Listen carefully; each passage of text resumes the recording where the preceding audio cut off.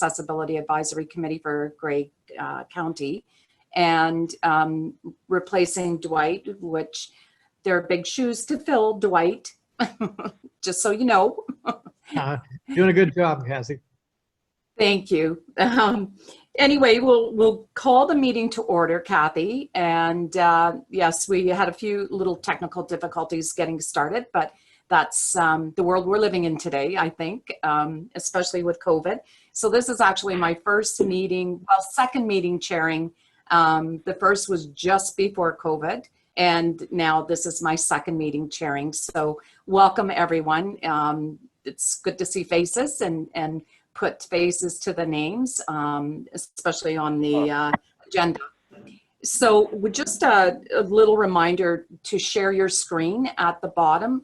You'll see at the bottom, if you're not sharing your screen, you can share your screen. And then if you speak, then you can unshare if you choose to do that. Is that correct, Kathy? Am I instructing that properly? So that'll be for the presenters. Everybody else can just unmute and speak whenever they want to speak. I think we'll do this pretty casually today. Yeah, okay, great. So the first item on the agenda is any declaration of pecuniary interest. So does anyone have any pecuniary interest to declare? No? Andrew? No. Oh, Claudia? I'm not even sure what the word means. I'm really sorry about that. Okay. It really is if there's a conflict, if you have a conflict of interest. No, I don't. Okay. Thanks, Claudia. Okay, and our next item on the agenda is our Grey Transit Route Bus Stop consultation. And we have Stephanie Stewart with us from Grey County Manager of Community Transportation. Welcome, Stephanie, and we'll let you take it away. Perfect. Good morning, Catherine. Thank you so much. It's a pleasure to meet with you again, and thank you. It's been a few weeks or months probably since we met. Yes. And the last time we met, we had a really good conversation, and I appreciated everybody's honesty. So I'm here today again because, as some of you may have heard, we are ready to move forward with our buses. We have a new plan in place. We kind of had to rejig our plan because of COVID. It had a significant impact on us, so we just redid everything. We came up with a budget-friendly, appropriate way to start to ensure that we had something on the road for residents so that everybody could get moving. We know we have lots of work to do, and there's lots of opportunity to improve the system and have more runs per day and days per week. And this is definitely just the beginning, and we will continue to build. But what I wanted to chat with you guys today about was just our signage. So we have some signage going up in the very near future to indicate that this is our bus stop, so where to stand, so people know that this is where the bus will be picking them up.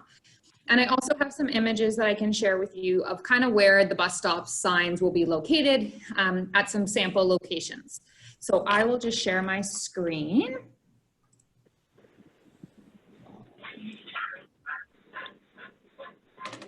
Okay, can everybody see it okay? Yes. Okay, perfect. So Andrew, I'm just showing an image here of our bus stop signs. It's a sample of what Tillsonburg actually did. So we will be working with Tillsonburg and some other Southwest community transit organizations. So eventually we will have some of this signage and labeling that says Southwest Community Transit on our bus stop signs. But for now, ours will just say basic information, which I'll show you in just one moment. But this is kind of just an idea of what I use to mock our signs up off of. This is just a sample.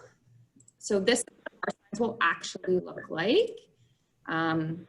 So it just has a simple bus stop logo at the top. It's a white bus, Andrew, with a blue background. And then we have a little green line underneath the bus symbol, followed by it says route. And then it says the days of the week that the bus will be running, which I think is very important. And we're going to have that correspond with all the different routes that we have, because not every bus runs Monday to Friday or every day of the week. So we're going to have that indicated so people know when they're at the stop if the bus is actually running that day. And then we indicate which route number it is. So we will have multiple routes. So that way, again, it corresponds if you now look up the schedule online. or on your phone, you'll know that you're at the right stop. And then it's the logo at the bottom, which just says GTR, which is the great way to drive. So down here, you can see an image of what it would look like. This is definitely not Grey County, the background in the image.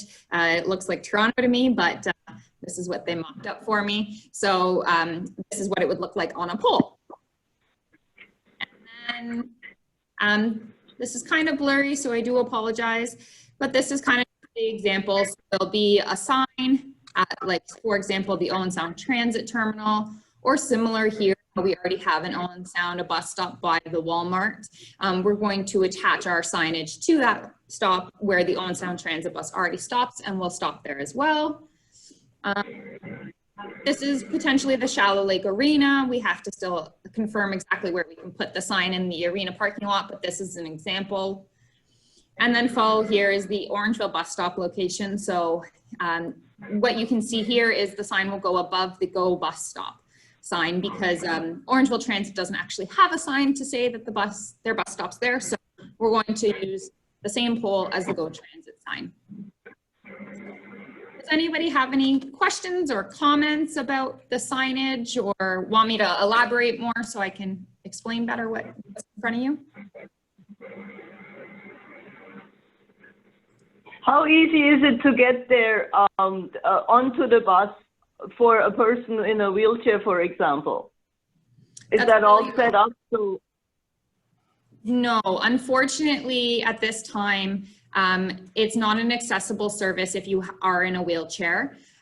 We will have to work with individuals who require an accessible service to allow them with services that already exist, or just work with them to continue to enhance our service. We do know that we need to work on having an accessible side to our service, and we are going to get there. At this time, if an individual is able to exit their mobility device and take the 1 or 2 steps onto the bus, we can store their mobility device in the back of the vehicle. But at this time, there's no lift to get people actually on the vehicle, and there's no space for a full-size wheelchair to be parked and secured inside the bus. So that's definitely something that we know we need to work on and improve upon. But as I said, this is just our start, and we'll continue to enhance it. And your feedback is really important. So to hear what we're missing is what I want to know. okay, so it's one step at a time, basically. First you get the bus rolling, and then you keep going on improving the service for everybody, right? You got it. Exactly. Okay, okay. Thank you. Thank you. And Stephanie, the plan is to eventually have an accessible bus. Is that not correct? Okay. Yeah, that is my hope to get there one day. It all depends on the usership and really what the residents of Grey County want. If there's really a demand and an interest, and we'll keep pushing it, and we'll keep, I'll keep advocating that this is something that our residents want. So yes, the more I hear it, the more I will speak on everyone's behalf to make sure that we. Excellent. Now, this might be a strange question, but is there a possibility to have like a double schedule for the bus, that let's say every 3rd bus would be a wheelchair accessible bus, so people with disabilities could at least go on that route, let's say a 1/3 of the time, but they could actually use that bus? Or is that a stupid idea? No, that's definitely not a stupid idea. I think that's a great idea. And that is actually one of the things that we've looked at is I have asked our provider to give me some pricing as to what an accessible vehicle would cost. And actually, Claudia, we were on the same page, because my idea was to run that accessible vehicle behind the other bus, if the so that it would be running on the same schedule, but just 2 different vehicles. And then if you wanted to, or whoever required an accessible ride wanted to also have like a friend or a family member travel with them, then they would all just get in that vehicle together, and everybody could travel together. Because that's obviously what we want, is everybody to travel with their friends and family. So, yeah. I just want to add in there, though, that it's not a specialized transit service that we're offering. It is conventional transit, but there are definitely accessibility requirements that we need to consider. I would think so, because if it's a service that's supposed to be there for everybody, that would include people with accessibility problems, right? Right, but, and Stephanie also has a plan. Steph, can you explain a little bit about how people book their rides, and that might add to this? Sure. So when someone goes to book their ride, the plan right now, because of COVID, we've actually implemented this, which I think will be really helpful and add some extra security and comfort for our riders, is we are asking that everybody pre-books their ride. So that way we have their information. So if anything were to ever happen, we are able to contact them and say, oh, by the way, somebody on your bus got sick today, and we're able to contact everyone and let everyone know, because we know contact tracing is a really important thing right now. So it's great that we are encouraging everyone to book their ride. So you'll need to pre-book your ride similar to Via Rail or buying a ticket like on a plane. You're buying your ticket on the bus. So what will happen is you'll go online, or you can call in, whichever option is better for you, and you can log on and you can register and book your seat on the bus for that day. Now, if you require an accessible ride, what you can do is you'll select that option, and then you're going to be prompted, and we will call you. So driver's seat is the contractor that we're working with, and they will call you just to understand exactly what your needs are, to see if we can accommodate them with the existing buses that we have, or if we need to work with one of our existing partners, such as Saugeen Mobility or Home and Community Support Services, or we have Meaford Moves, and we have some other services in Grey County that already exist. So we'll use those partners that we have to access those rides. And if that's not an option, then we will definitely make sure that everybody gets to where they need to go. So we are going to have those one-on-one conversations with individuals who require an accessible ride, just so we get a good understanding of everybody's needs, and that we can continue to build the system to everybody's needs.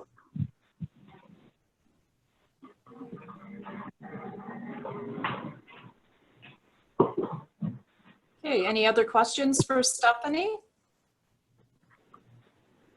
No? I'm good. Okay, thanks, Claudia. How about you, Andrew? Any questions? No, right now, not I can think of. Okay, thank you, Andrew. All right, Stephanie, thank you so much for the presentation. Very informative. And thank you for bringing us up to date. Greatly appreciate it.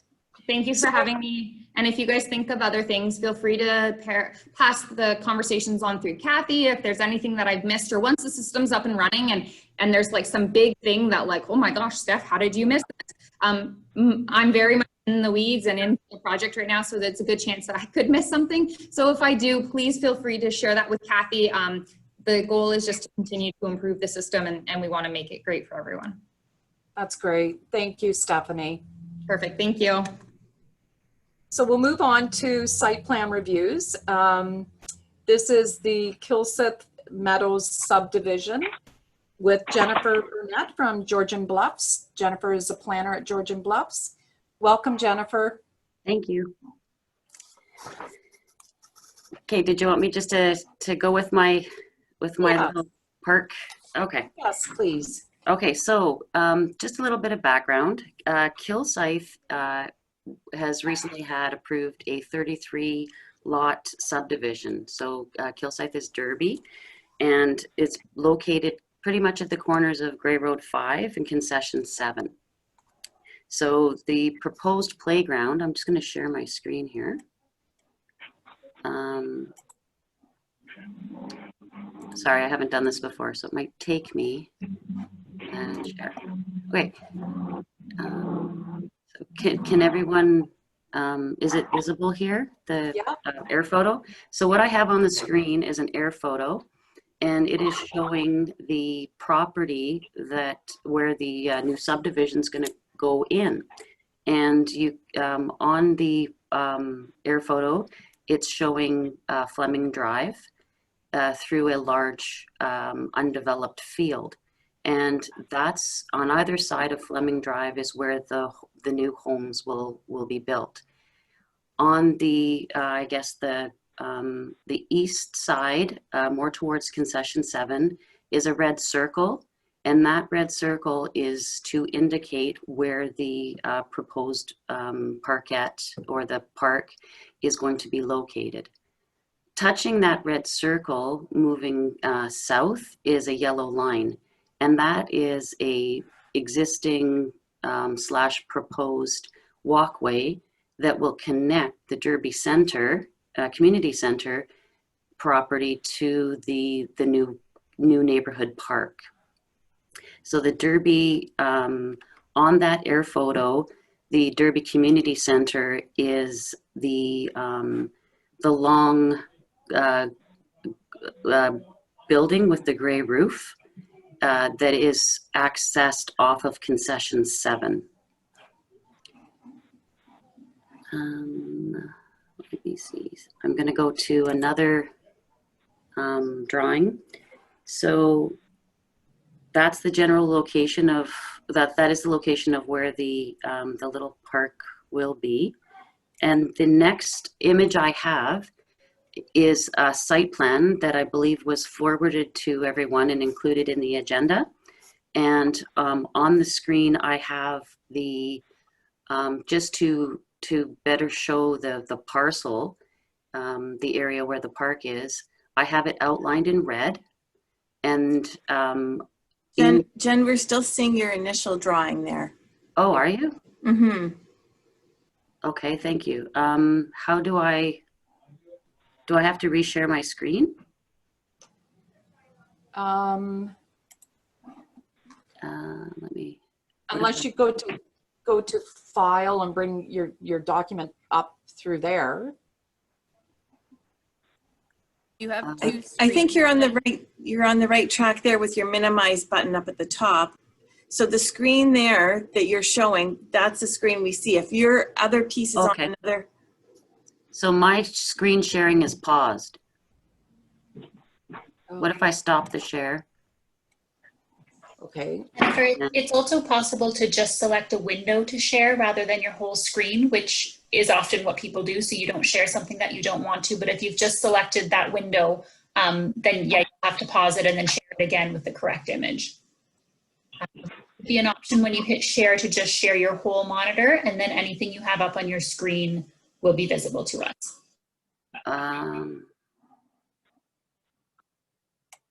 Sorry, I don't see those buttons. Did that work? Yep, there it is. Okay. It's up. Sorry. So this is the conceptual playground arrangement that was submitted by the developer. And what I've done is I have outlined on the on this image in red the playground. And within that, because the lines were so faint, I went over it again in black. That is the area that's going to be prepared for the playground. And the area I have highlighted in orange is the, I can give you the measurements on those, it's about a 1,300 square foot area where they're proposing to put some outdoor toys for the kids, to play. Right now, this is conceptual. We definitely would appreciate feedback on ideas for a community park. This is for the neighborhood. We do know that in Kilsyth, they did knock down the Derby school, and they removed playground equipment out of there.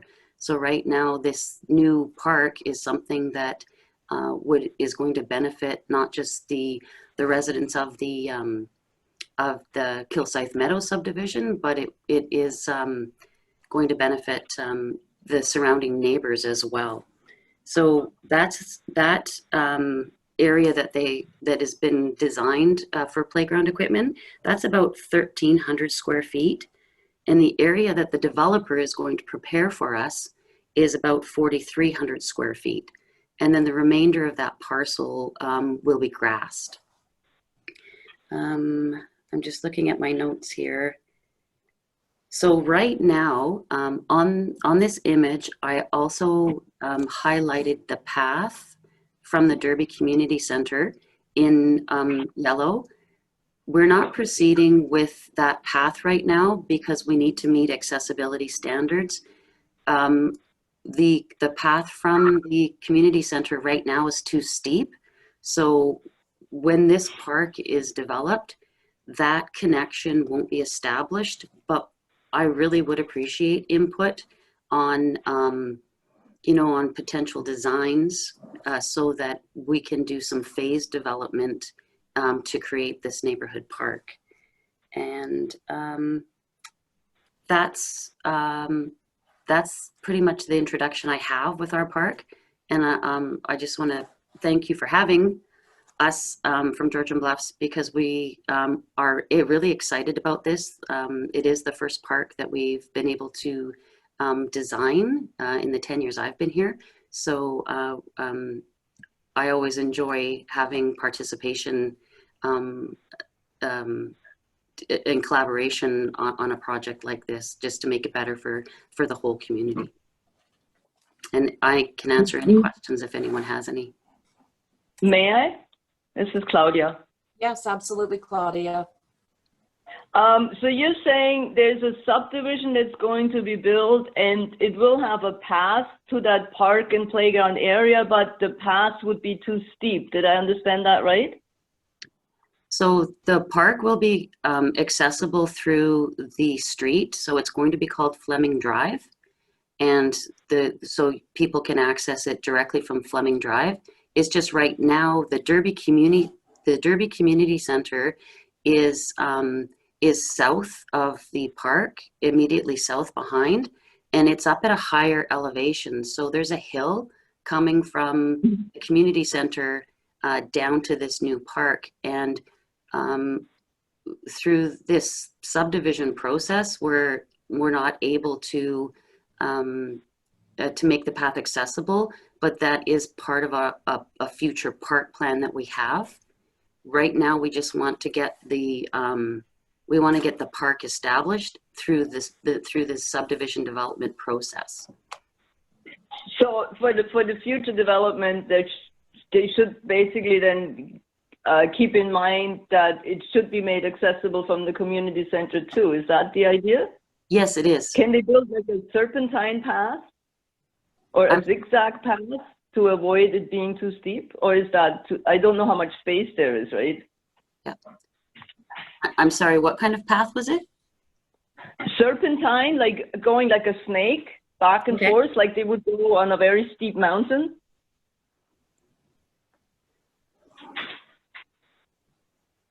Like sort of zigzag. Okay. Yeah, no, we will be looking at different options to see how it can be built so that it's safe for people to access and it's accessible. Catherine? Yes, Dwight. Yes, absolutely. Thanks, Jen. I met you before. Might I suggest, Catherine, that this Kilsyth subdivision is basically starting the process to start developing it. Hopefully it's going to be have a good start before the snow flies. Okay. Might I suggest that, as Jen has indicated, the area where this proposed little park is going to go will be developed as the subdivision goes along. Might I suggest that the committee meet on site a little bit later on to actually look at this, where this path would go from the arena down, to give a real good feel and a better idea of what would be the best accessible way of doing it. And it'd be nice, I think, if the committee met there right on site. Now, it probably won't be until, again, early next year, I would guess. Yes. It won't happen before the fall, but just so we can make a note that we can meet on site when it's getting to that point, and then all work together and give the township plenty of great ideas of how to set it up. That's an excellent idea, Dwight. And I was actually thinking that myself, because it's hard to visualize it from a site plan.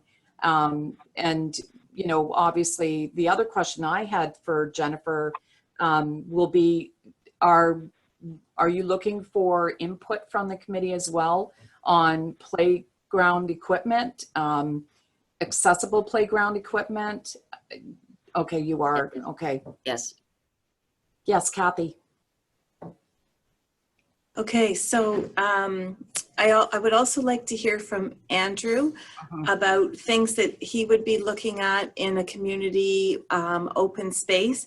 And then I also want to mention that in the reference documents in this package, there is a Rick Hansen guide to creating accessible playgrounds and play spaces. So that might be an interesting resource as well. It is an excellent resource. I would highly recommend it. Now, is the community center itself fully accessible? Mm. Oh, that's a whole other discussion. Let's just stick with this little open space at the moment. Andrew, did you have any comments or any questions? Well, I think that I'm thinking for like I myself am used to steep things like I can do stairs, blah blah. But for somebody with a wheelchair, if you get going fast down that steep hill, you would never stop it fast enough. Yeah, I think it'll be a challenge for sure. And I think once we have an opportunity to go there and view it and feel it, you know, just to see how steep it is. Have you, Andrew, along with a number of us, sort of climb that just to get a feel for the elevation? Yeah. It will give us a better idea as to maybe what our recommendation from the committee will be. And just one other thing on that, that's a second entrance into this space. The first entrance would be off the Fleming Drive Road or Street or whatever it's called. So what I'm interested in hearing is if you're in an open play public space with what kinds of things make it better for you? To be honest with you, I never thought about this because I kind of passed the playground stage in a sense, right? Because I don't not young enough to play them anymore, and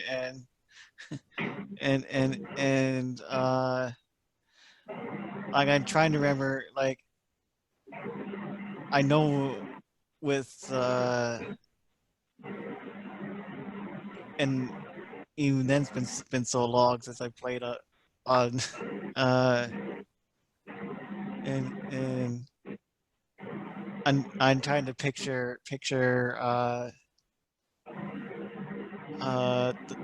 what a playground would be like for someone who's blind, Mhm.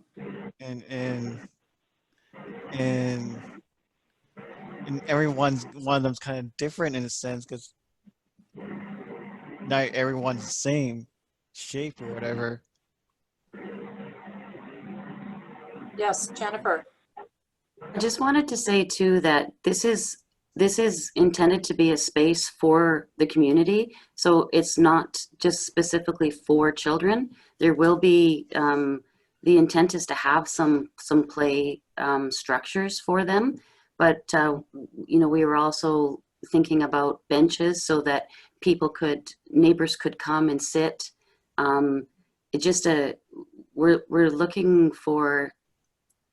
We're looking to design a setup so that parquet or park can meet the needs of a lot of the community. So I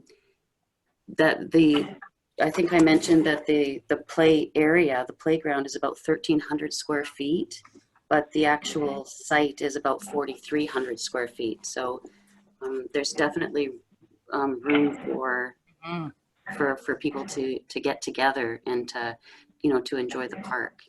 Yeah. So if there's any Now, ideas. I have a question here. I don't know if there is any, let's say, swing set where a whole wheelchair could be driven onto the swing, basically, or something like that. Like, some people with disabilities, when they're still kids, they might have the same weight than me as an adult. I'm 95 pounds. So is there a way to design a playground that could be used by adults too, like a swing set for a blind person, for an adult blind person, or for a person in a wheelchair, so that every toy that's there also has an accessible option that can carry more weight than, let's say, a 10-year-old? Or is that a harebrained idea? I don't know if there's any equipment like that even available on the market.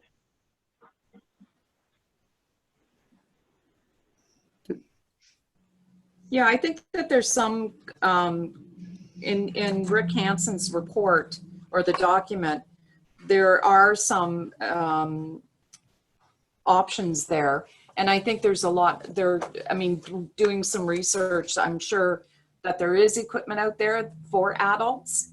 I think for a person with a visual disability, vision disability, probably the equipment would need to be somewhat tactile for the individual to use. So those are all kind of things to keep in mind. And I think the Rick Hansen document taps into that. I read through it. I hadn't read it for a while, so I did read it over again, and it's a great document as a guideline for sure. But even researching some of the equipment, and certainly that's not something I'd be more than happy to do that and provide some input on that as well. Okay. And when it's just a general swing, Yeah. When it comes to a general swing, you just have to, whoever puts the swings in has to put the swing, set the swing height for an adult. That'd be easy enough to do. Yeah. Yeah, good point, Andrew. Yes, Jennifer. I do know that there are different options for swings. Southampton, I think it's their Rotary Park. They have an accessible swing there, and it's used by everyone. It's actually quite a fun swing. So there's lots of options out there to make the swings accessible, as well as the playground equipment.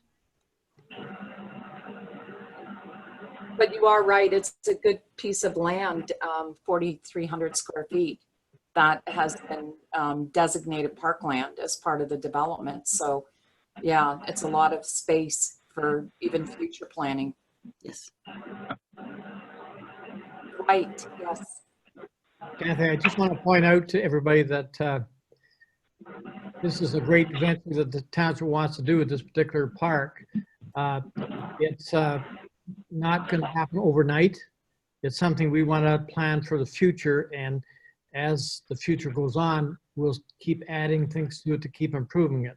That's the whole gist, is not thinking that we're going to make this all at once, because we aren't. It's just a future planning, and we're looking for put us in the right direction so we can plan towards that. Just want to make that clear. Yeah, that's a good point too, Dwight. And I Jennifer, are you, the other question I would have, are you looking at some funding going forward, like the Enabling Accessibility Fund through the federal government, or, just to help offset some of the cost of the equipment? So I've been working with the manager of recreation, so he's been looking at different options for playground equipment and funding. I do believe we have some money in the budget for structures, playground structures, but we haven't actually looked at funding opportunities at this point, just because everything is so conceptual right now. We wanted to figure out what the best use of the space was for the community. Yeah, totally understandable. Sorry, I have to interject here, just because I'm mindful that Claudia is leaving at 11:30. We have 13 minutes before we lose quorum. Okay. So do you want to jump ahead to, can we jump ahead to item number 8, Kathy, or? we could do that, and then I'll just try to be brief. Okay. So thank you, Jennifer. Greatly appreciate your presentation, and certainly the committee will, give some thought to this. And I think Dwight's idea of us being able to go and physically see the site would help all of us better understand exactly what it's going to look like, and be able to give you some input into it. So thank you for your time. Well, I'd like to say thank you to everyone for participating in our little park design. Thank you. You're welcome, Jennifer. Okay, so we're going to just jump ahead for the sake of, we need to have a motion on item number 8. And I know that Claudia, you're having to leave in a few minutes. So if we can do that item and then we can move back to the agenda. So item number 8 is the report CCR-JAAC-11-20, fulfilling municipal accessibility requirements. Did everybody have a chance to look it over? I think maybe, Dwight, are you going to move that? Yes, I am. Okay, perfect. Thanks, Dwight. And do I have a seconder?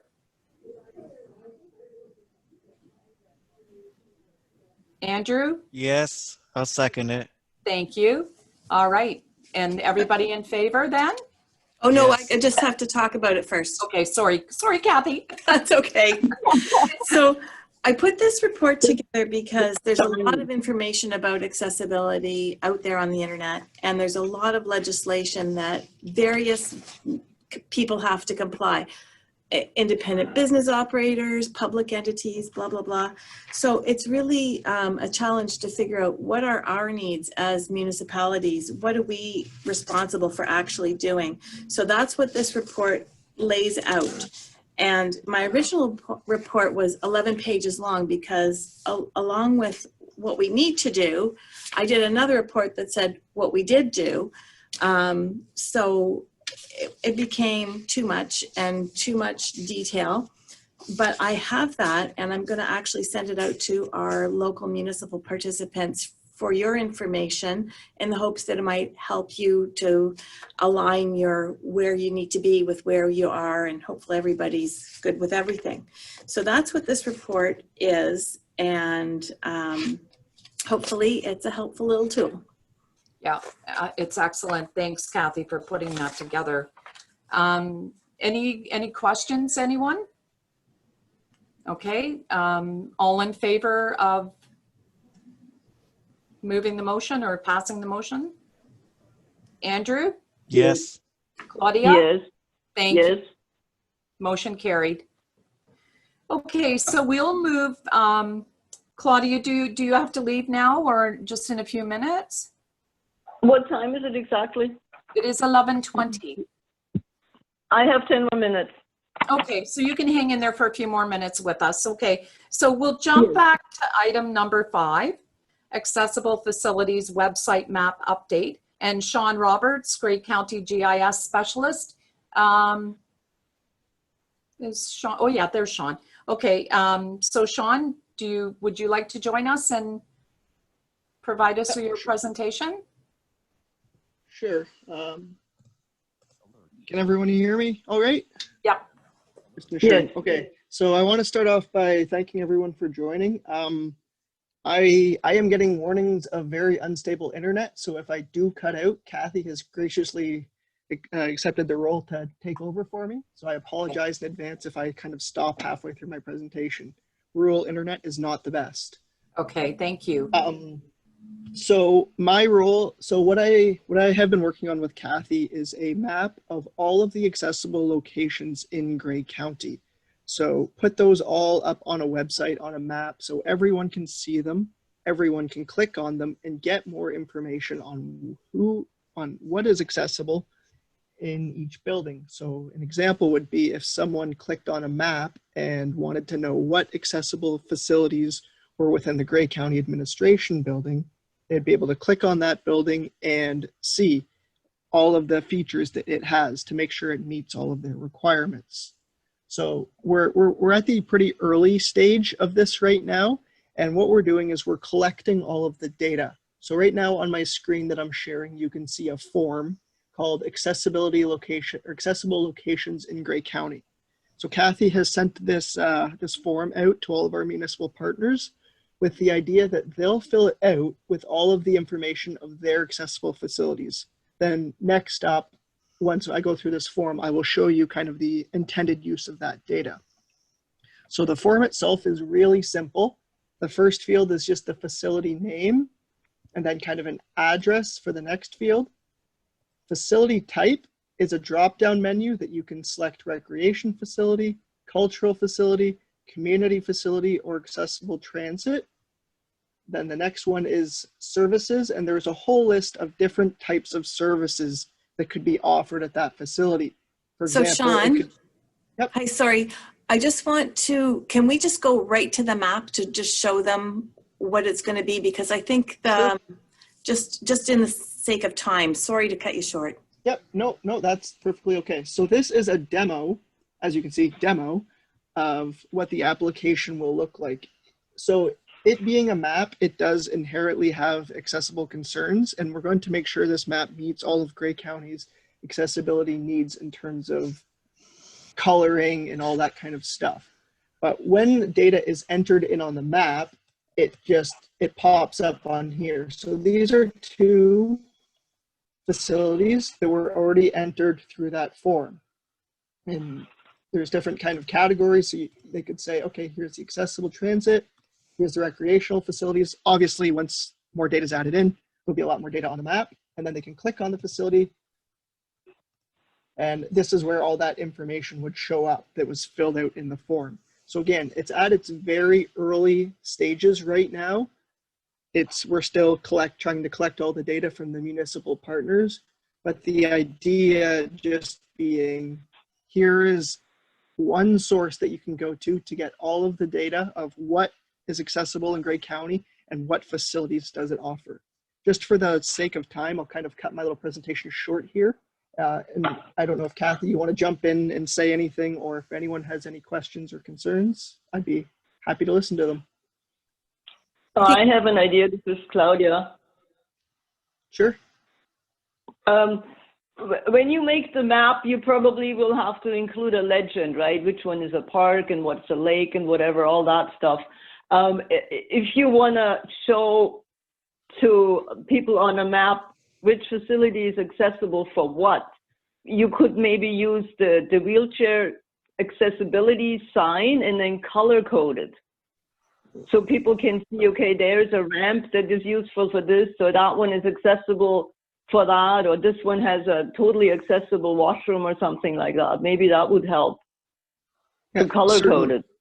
Certainly. The idea is more along the lines of one facility can have multiple things in it. So that might be, we're definitely gonna try and make this very accessible to everyone, but it might come down to, just click on a facility and here's a list of all the types of things that are in it. So maybe if there's we have kind of broken it up into broad categories, but we'll definitely take that under consideration. Okay. Thanks, Claudia. Anyone else have any questions? I have a question, actually from our economic development department. I guess there's other maps that are being worked on at the county level, and they just wondered if there had been any thought to combining some of those maps. Is there any particular maps? Sorry, no, lots of projects going on. Unfortunately, I don't have that information. They just mentioned it, so I thought I would bring it up in case it's something that you wanted to consider. Sure. If it's easier, here's my email address. If you want to just contact me after the fact, okay, and then we can kind of go through that.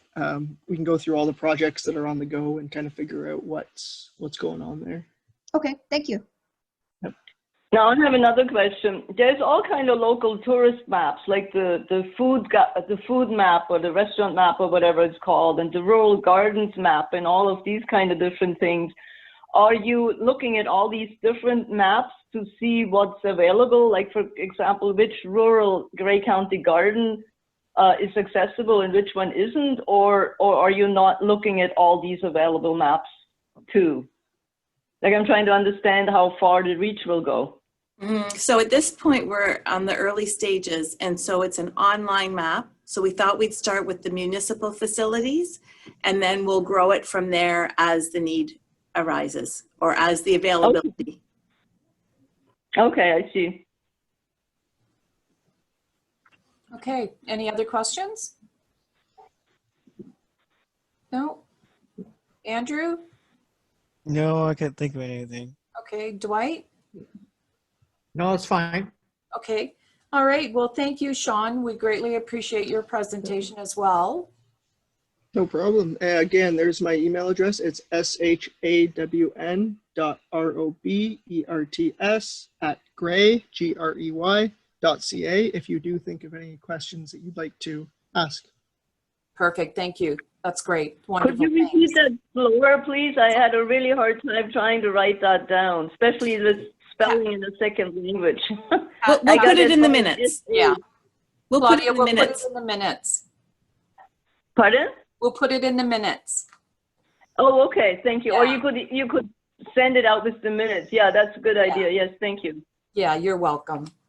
Okay, so the next item on the agenda is draft cycling and trails master plan overview with Brian Plumstead, Grey County Manager of Tourism. Welcome, Brian.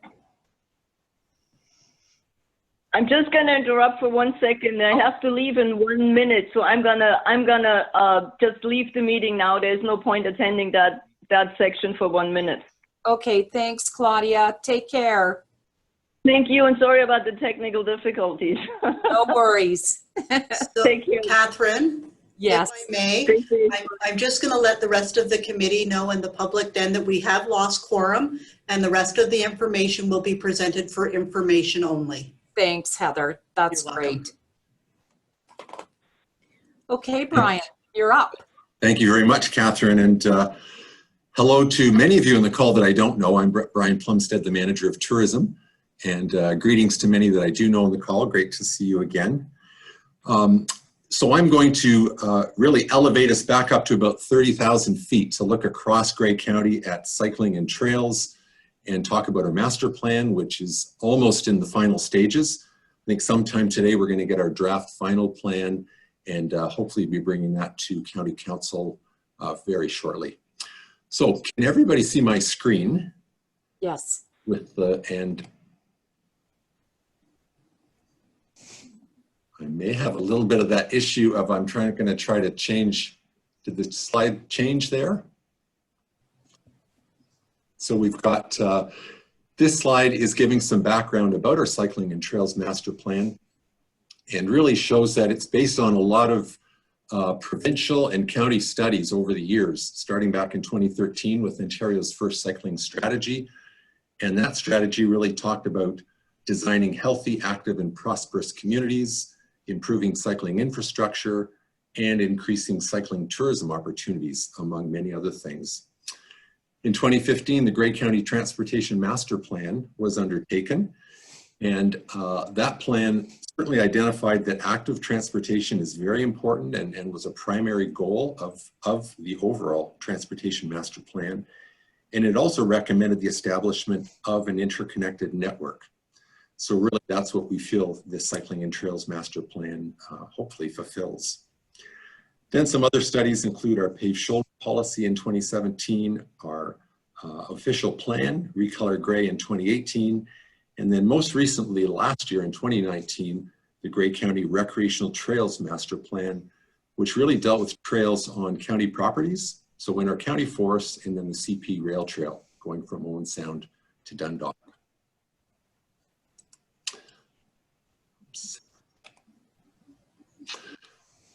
So this plan that we're about to complete, we got some provincial funding for it through the province's Ontario Municipal Commuter Cycling Program.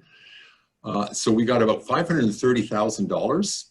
The grand majority of that, the bulk of it, went to help pave 22 kilometers of paved shoulders on our county roads. So that really provided additional infrastructure for really all road users. Cyclists are certainly a big one, but Mennonite buggies, anybody who's on the side of the road, and also increases the safety and the long-term maintenance on our roads. We also purchased 5 bike counters, which we've had around the county, counting cycling traffic, and finally developing the Cycling and Trails Master Plan. So right up front, we should talk about what a master plan is and isn't. It is a long-range blueprint. It's a tool to facilitate implementation. So really it's, again, I call it the the 30,000 level.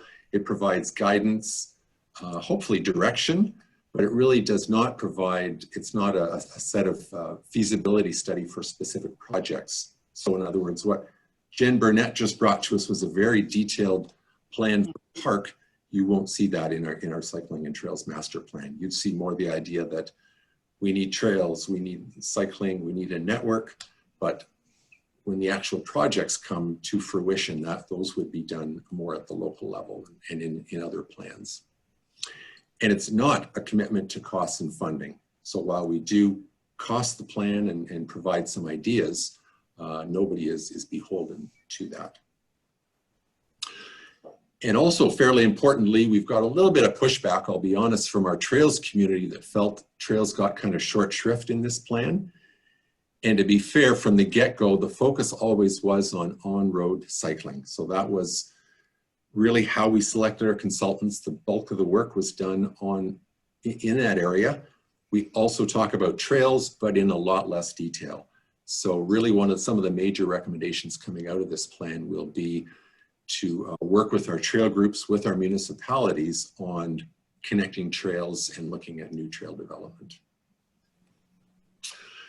So like most study processes, we had 3 phases, or we started with looking at all policies, collecting data, mapping existing conditions. We launched an engagement strategy. So we reached out to the broader community through email, through social media, and had an online survey. In phase 2, we started developing the network. We looked at candidate routes, certainly what we already have in place, but also how we might be able to connect those routes, and started to develop an implementation plan. Phase 3, which we're just about finished, we had a draft master plan. That's been up on the internet for months now. We had a public meeting in the middle of March, just before COVID hit, to get more input. So we're almost there. And what we heard was we had 4 meetings with the consultant, 4 in-person events, which I think were the most important. And I guess we had a total of about 125 people spread amongst all those different meetings. We started with stakeholders, so talking specifically to stakeholders who are cycling groups, trails groups, municipalities, health units, etc. Then we had a more broadly open house for all public to attend. We had a municipal workshop specifically for municipalities and especially roads departments to come and understand what we were proposing, what this might look like on municipal roads. And then we finished up with a public session in the middle of March where we presented our draft plan. In our online activity, where we felt very successful, had almost 500 people who participated, and we collected almost 11,000 data points where people actually on the map could point to where they thought routes should go and where some specific facilities might be required. So this slide, and maybe I'll just quickly read it, are really the principles guiding our plan. So Grey County, with its 9-member municipalities, surrounding regions and agency partners, together support the development of a plan that identifies a complete, continuous, and connected network of high-quality cycling and trail routes to accommodate varying user types of all ages and abilities. I think that's especially important for this group. That can include walkers, hikers, cyclists, skiers, equestrians, etc. And in our plan, we also add in mobility assisted users. So we have a specific section that speaks to mobility assisted users. And opportunities to explore the county's natural landscape in a safe and enjoyable way all year round. So the plan aims to enhance the quality of life for county residents by providing low-cost access and options to engage in physical activity, to improve health and social well-being.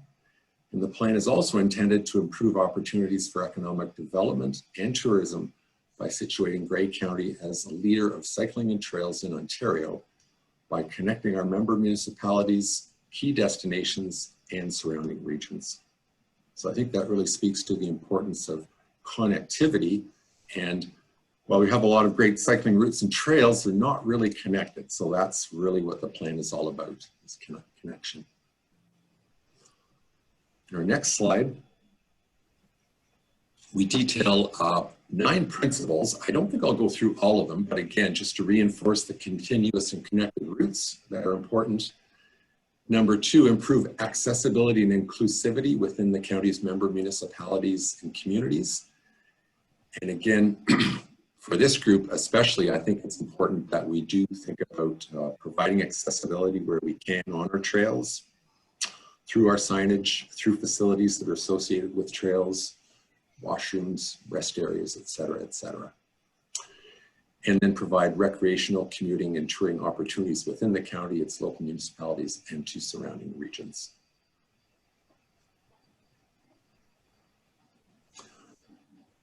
So this next slide walks through the 4 steps of how we actually undertook the plan.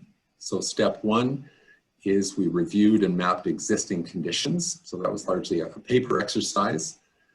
Step 2 was to identify gaps and map candidate routes. And that was very much reaching out to the community through that online survey, hosting meetings with stakeholders and then the public, where we literally went over maps and with markers and marked the maps up. Then from those suggested routes, we undertook field investigations in step 3. So mostly our consultants got out, took thousands of pictures, looked at roads, looked at shoulders, looked at some of our trails. And then in step 4, put those through a criteria. So some of the criteria are very technical and prescribed by the province. And some of them were more looking at what are our community needs? What did we hear from people that they'd like to see? How can we provide those facilities? So those 4 steps were iterative, and the plan kept changing as we went through them. And then this slide is quite visual, so I'll apologize to Andrew for that, but it's quite a complex map of the proposed network. So we have 836 kilometers of proposed facilities. The vast majority of those are paved shoulders on our county roads. So if you can imagine trying to create east-west connections about every maybe 20 or 30 kilometers going from north to south, and then north-south connections, again, across the county where we can, to try to create as close to a grid as possible, again, to create that connectivity, which is so important. So that's really on the cycling on-road side. The off-road trails, we have many great linear trails or rail trails from Owen Sound to Dundalk. Certainly the Georgian Brook Bluffs Rail Trail from Owen Sound to Parkhead, and then the Georgian Trail from Meaford to Collingwood through the Blue Mountains. So those are our 3 best linear trails, and then trying to connect those where possible to communities. And certainly the Bruce Trail is our longest trail. I think there's about 500 kilometers of the Bruce Trail snaking across Grey County. So the plan is to look at signing those important on-road cycling routes, to fill in some gaps on off-road trails where we can, and in some areas to spend a bit more money in looking at things like bike lanes, which are a more robust space for bicycles. They're just bicycles allowed, cars are not. And then some in-boulevard pathways, which are separated trails, either within the right-of-way or completely off the road. So implementing the plan, this gets down, of course, where we start thinking about costing and measures. We've really separated into 2 time frames. The short term is from 20 to 29. So short term is 10 years in infrastructure. That seems like a long time, but in capital planning, that's called short term. So we have about half, 373 kilometers of mostly on-road routes. 120 of those are paved shoulders. Another 248 are signed routes. So that really is just sticking signs along our county and municipal roads to identify a cycling route. And then the long term is another 360 kilometers beyond 2030. So that's more out into the future. And the total cost is around $3.5 million over the next 10 years. Seems like a lot of money, but really over 10 years, about 350,000 a year. And the vast majority of that is already within our county capital planning for paved shoulders. The biggest cost is paved shoulders on our county roads. And then there's about another 400,000 that are not currently funded. And a vast majority of that would be signage that is on municipal roads. So we've suggested it, we've identified it, but it is not funded. Some great news is the federal government just released some infrastructure funding and highlighted active transportation just within the last week and a half. So we're looking at that very closely as possibility for funding some of this. And then beyond the infrastructure, which is a huge part of the plan, equally important is really enhancing a culture of change. And just from what I've heard on the call so far, I think that's what this committee is all about, is really getting us to think a little bit differently about our public spaces, our transportation, to think more about accessibility and the growing needs for accessibility. So certainly that would be a huge part of, I think, the implementation of this plan. A couple of examples of how we hope to implement it is we are looking at a Grey County Trails Committee, and possibly even one committee for on-road cycling, which has a whole different suite of needs and I think work. And then probably a separate committee to look at off-road trails. And that would include, I think both would include a lot of municipal input, but certainly the off-road trails especially. Looking at active school travel programs in our municipalities, and then creating experience-oriented route maps. So while we have a grid of where people can travel across Grey County from a tourism perspective, we like to really give a sense of place in our communities by talking about where are great places to visit and great places to eat and great places to rest and stay, and wrap that all into an itinerary. So I think we're just about wrapped here. Supporting the implementation, again, I mentioned that committee, which could include representatives from member municipalities, stakeholder groups, and important groups, probably like the Accessibility Advisory Committee. Collaboration is so important.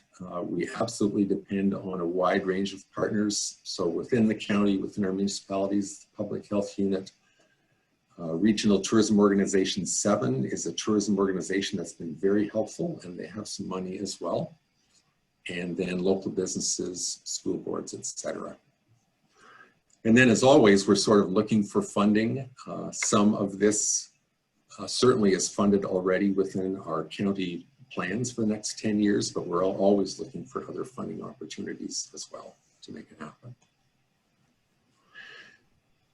So next steps are to really formally adopt the plan as a policy document, and then very quickly look at what some of the projects that are proposed within the plan that fit within the county plans and capital plans specifically. And then a huge job will be engaging with our member municipalities for the on-road piece of cycling, but also the off-road trails. And that would also include trail groups and everybody who has anything to do with trails. So I think that is pretty much a wrap. Hopefully I was within my 10 minutes. And certainly if there's any questions or clarification, I'd be happy to answer anything. Does anyone have any questions for Brian? Andrew? I think a comment is if you're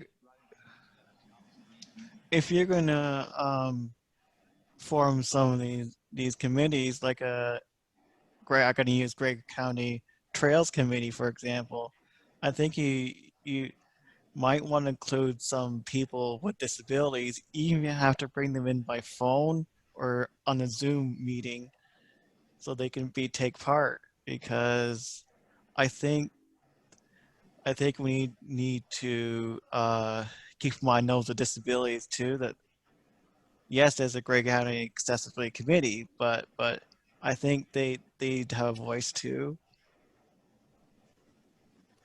Great point. Thank you, Andrew. And we will absolutely keep that in mind. Just being on this call, I'll be honest, my head's already, I've got a lot of ideas. Just, Kathy, your map, I mean, really, you know, we've put out an outdoor activities map. You'd be hard pressed to find out where are our trails that are accessible, where are some of our outdoor recreation areas that are accessible. So that's a huge piece of work. And I think that, to me, that would be one of the top priorities of our trails group going forward, is to highlight those. Yeah. Do you have any questions, Dwight? No, a great presentation. Look forward to work with you in the future. I always have a great concern about when you speak about trails, the accessibility. We at one time, this committee was going to go and visit a trail to look at as a committee, which we never did. It just never happened. I think it's very important that this committee take that initiative to go out to actually look at trails, physically have everybody there with us, with this building otherwise, to really see, to get a real good feel of what it's all about. And I think that's imperative that we do that. Yeah, good point, Dwight. Absolutely. And I think just inviting this committee to be part of that is very important. Yeah, maybe on a personal note, I was cycling in Quebec City last week on holiday, and there was a 30-kilometer paved trail right into the heart of Quebec City. It's a former rail trail, and it was just unbelievable to see everybody out on wheels, walking, scooters, mobility assisted devices, but everybody just out enjoying that trail. And that, you know, we have very few of those in Grey County, but my hope would be we can, as we go forward, that's sort of the gold standard to aim for. I'm just curious, Brian, what's the width of that trail? We figured it was about a good 6 feet wide in each direction. So I think it was at least 12 feet wide. Wow. Certainly that's, you know, a very busy urban area. Mm-hmm. So there's certainly money to put in, but I was so amazed in Quebec, even smaller communities on the rail trails, they really maintained them. They had a very good surface. They were highly used. So yeah, it's good to see. Yeah, that's great. Well, thank you, Brian. Great presentation. We certainly appreciate it. And yeah, we look forward to working with you on this. Great. Well, thanks so much for having me. I appreciate Kathy for sort of poking me with, I think, suggesting that I should come to this committee. And it was Yes, absolutely. excellent. So thank you very much. Great. Thank you. Okay, so we're going to move on to, well, item number 7 is the reference documents that Kathy has provided. Which one of them is the Rick Hansen one that I've mentioned earlier. Kathy, do you have anything you'd like to add to that, or? Yeah, I think Stephanie Lacey-Avon is going to just walk us through the reference document, Recolor Gray, Healthy Community and Residential Subdivision Guidelines. Thank you. Sorry about that. I missed that. Sorry, Stephanie. Okay, hi everyone. I can share my screen here for you guys. All right. Thanks for having me. Just to walk you through this document that was recently completed in collaboration with the University of Guelph master's students for a rural development and planning program. And so it's a guideline document that we now have available on the county's website under the planning department page. And this document we're aiming to have it available for developers that come for any pre-consult sessions that we have, or and should they move on to formal applications. We want to share this as a reference guideline document for more detailed urban design focus type questions and areas of interest that we typically don't address in our policy documents that we have to date. So this is a move in the right direction from the planning department, where we have something in writing that can help facilitate these discussions that would guide potentially more aesthetically pleasing and enjoyable spaces and environments that are going to be developed in the county. So for simplicity's sake, I've just simply put in Control F for accessibility, and so it does reference accessibility throughout the document. Again, it's just a guideline document, so it doesn't get into specific details, but it at least is going to reference certain considerations that developers should be thinking about. And then it will hopefully spark the conversation to then get into further detail for specific design for parks, for example. So it's to simply put it on the radar at this stage and certainly look to develop further processes and guideline documents to facilitate. So for inclusive design, we have questions such as, is accessibility a component of your project? Will your project design create barriers to accessibility? So general questions, again, probing questions. With specific reference to age and family-friendly design, we have the specific reference to the AODA Act.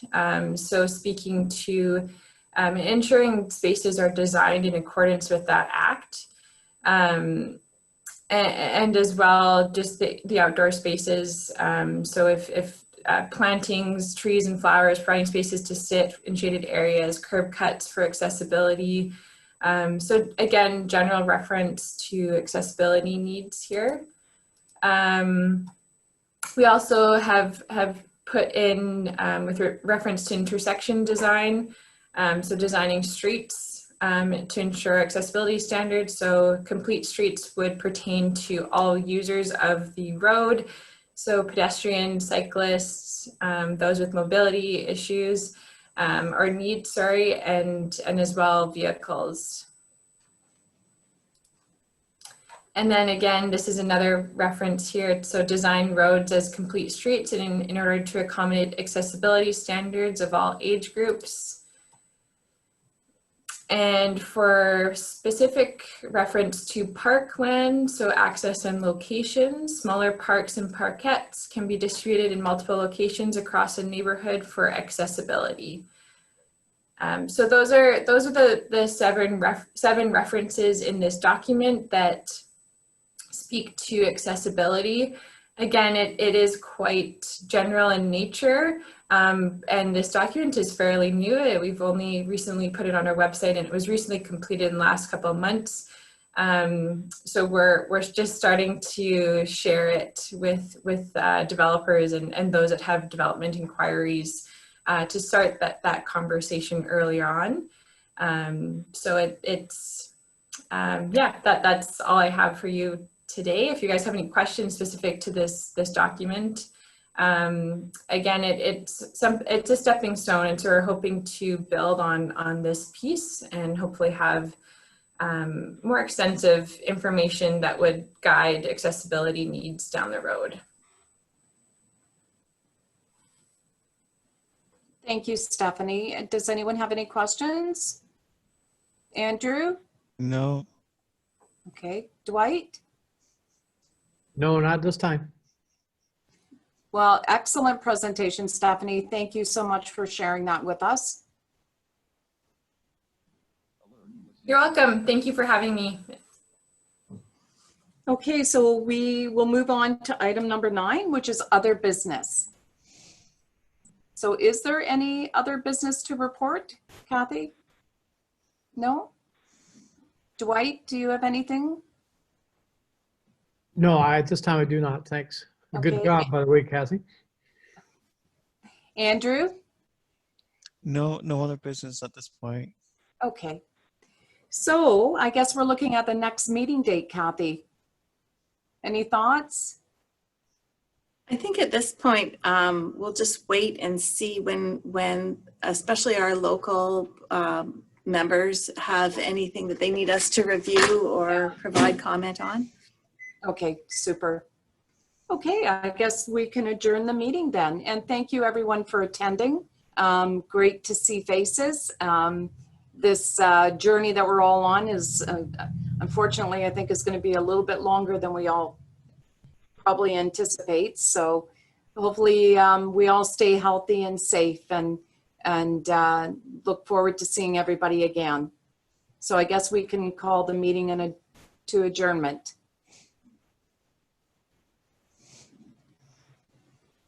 Do we need a motion, Kathy, to adjourn? Okay. So a motion to adjourn. Dwight, can you? Okay. All right. Sarah, you're a member? Yeah. Are we good, Kathy? Perfect. Excellent. Thank you. Good to see everybody again. Take care.